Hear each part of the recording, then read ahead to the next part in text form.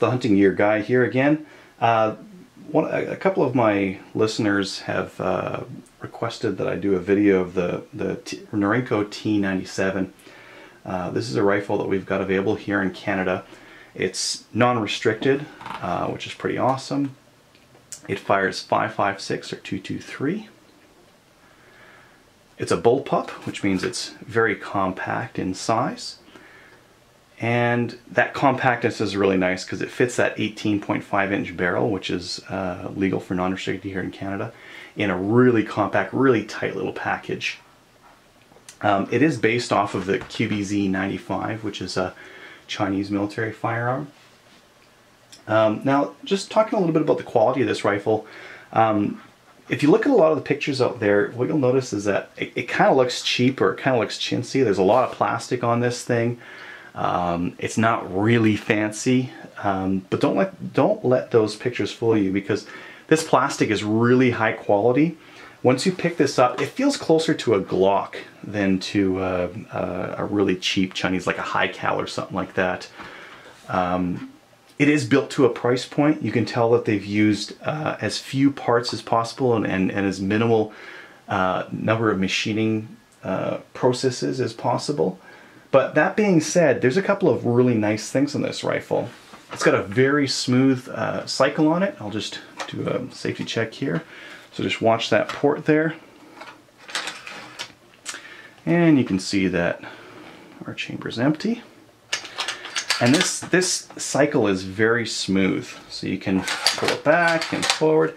It's incredibly smooth, especially compared to an AR-15 or most any rifles out there. Very nice and smooth.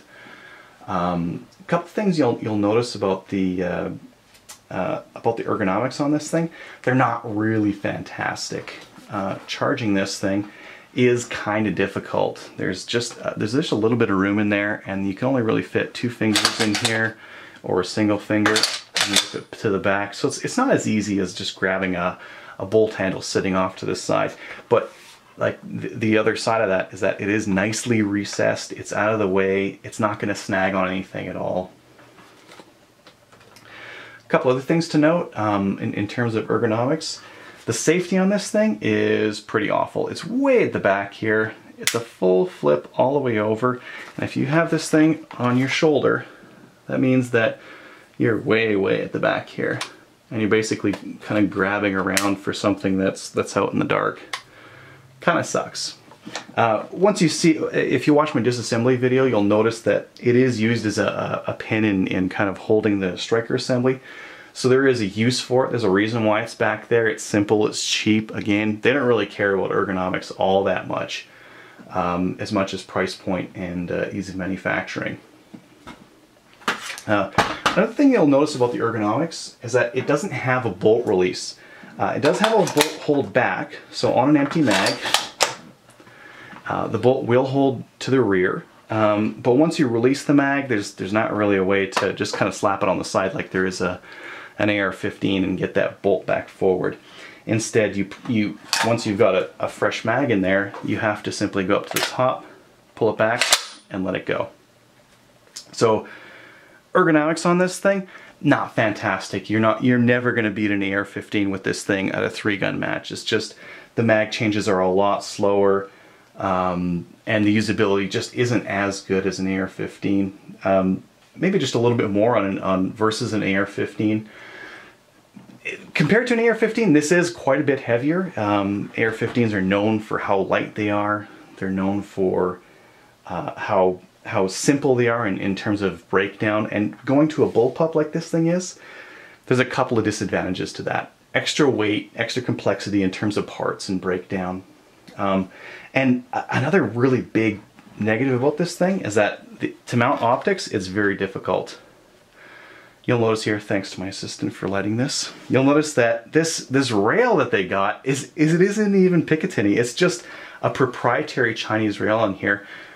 Maybe we'll get some optics in Canada here that'll mount to this. Until then, you can get these rail adapters that'll kind of fit on here and give you a Picatinny rail on the top. But the unfortunate part of this is that by the time you've got it up there, oh man, you're way, way above the bore. Like this is miles away from the bore on this thing. So if you've got dreams of mounting a 3-9 on this thing or something and shooting some coyotes with it, this isn't the way to go.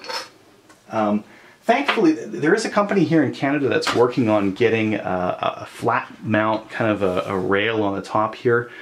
You will have to chop your front sight, you will have to chop your rear sight, but it's going to give you a nice flat rail like is on pretty much every other military firearm out there.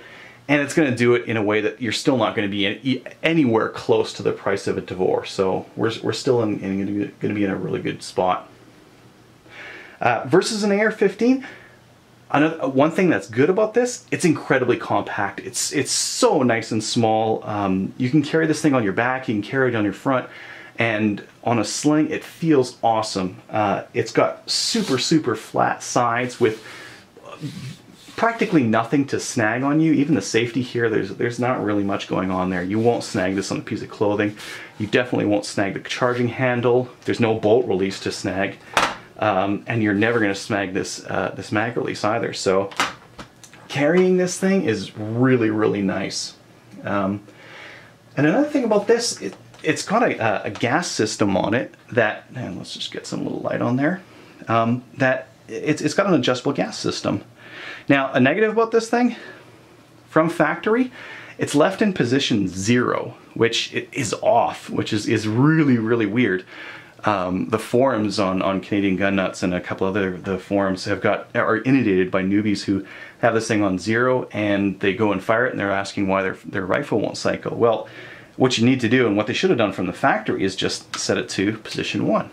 Once it's at position 1, that's normal firing status. This thing will work like a hot damn. It'll fling brass out 20 feet, you're good to go. They've also got a position 2, which is way over here. And that's for adverse firing situations. So if this thing's gunked up in mud or you haven't cleaned it in a million years and it's not cycling, I guess you could throw it on position 2 and it'll give a little bit more gas to the system and let it fire a little bit more reliably. Personally, I've found it just really rips those brass out at a really fast pace, and in position 1 is just fine. Versus the AR-15, the trigger, it's all right, you know. Just to verify again, I have no rounds in this thing. I'm on fire. You're not going to be able to feel this thing like I am, but the trigger is fairly light. It is long. There's a trigger bar that kind of goes back to the striker assembly. Again, if you watch my disassembly video, you'll get to see that going back. It's fairly long, but it's fairly light, and it's not really gritty. There are a lot of gritty triggers that I've had, and this one's not that bad. It's fairly light, and it's got a fairly good break on it. You don't really know when it's going to happen, which is kind of good. So it does kind of surprise you, and you can basically aim, slowly pull a trigger, and it'll release on its own, and it's not that bad. I kind of like it.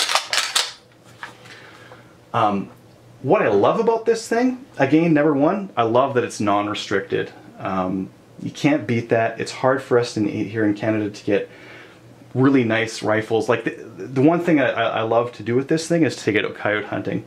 I can take the right kind of ammo for coyote hunting. It's really compact. It delivers a lot of firepower. If I miss it with the first one, I can take 2, 3, 4 more shots at that coyote and you know, double or triple my chances, kind of thing, right?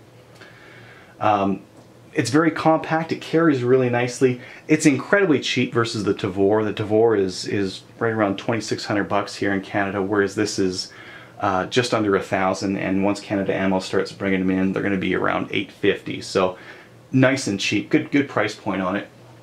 The other thing is, it feels really robust. This feels like a rifle you could just chuck in the back of a pickup truck.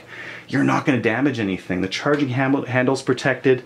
The sights are really well protected. There's not a lot hanging off this thing that you think is going to break if you were to throw it in the back of a pickup truck. So if you're looking for a cheap rifle that you can just bomb around with and shoot coyotes with, this has got to be it. I'd never want to throw a Tavor in the back of my pickup truck because, you know, I might scratch a damn thing and lose like $500 off the value of it, whereas I'm never going to do that with this thing. What I hate about this thing, by far, the number one thing I hate about this thing is the mag well. I don't know if you can see down there, but it's really dark, and it's really tight to get in there. I don't know why they didn't just... Norinco also has this M4 rifle that has a beautiful Stanag magwell on it that works just fine. This thing has been I've had to modify the crap out of it to get it to feed properly. You can see the filing that I've done kind of to hog this thing out, and I did that to get it to feed, to get it to accept certain mags I wanted to use, and to get it to drop free, which you'd expect of any AR-15 magwell.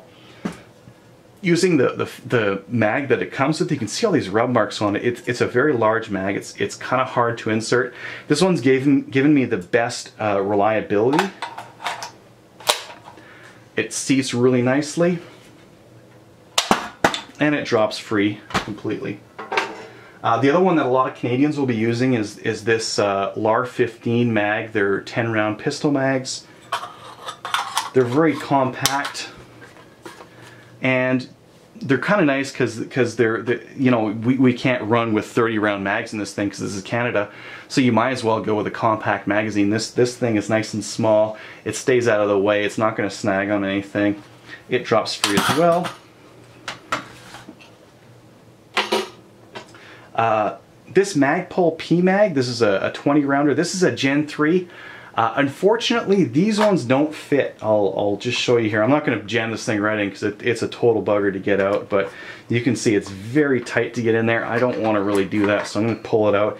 I haven't found that these fit, although I have heard that the Gen 2s do fit. The last mag that I wanted to show, this is a Canadian product. This is a Press Check Ventures mag. This is a 50 Beowulf Mag, and this one does fit really nicely. I did have to trim the edges of the spine here just a little bit, but it fits really nicely. And it's, I would say, the perfect height on in terms of the pistol grip here, because it's not protruding any further than it needs to be, and it's also not, it's also offering the most capacity of all those mags that I showed you. And it also drops free. It won't drop free when you've got it full of bullets. It will kind of spread those lips out a little bit, and it will bind on the edges of the mag. But when you go to change it out, it will drop free. It's one other extra thing here I wanted to show you, and that was just this grip here. It does come with this kind of cool little toolkit.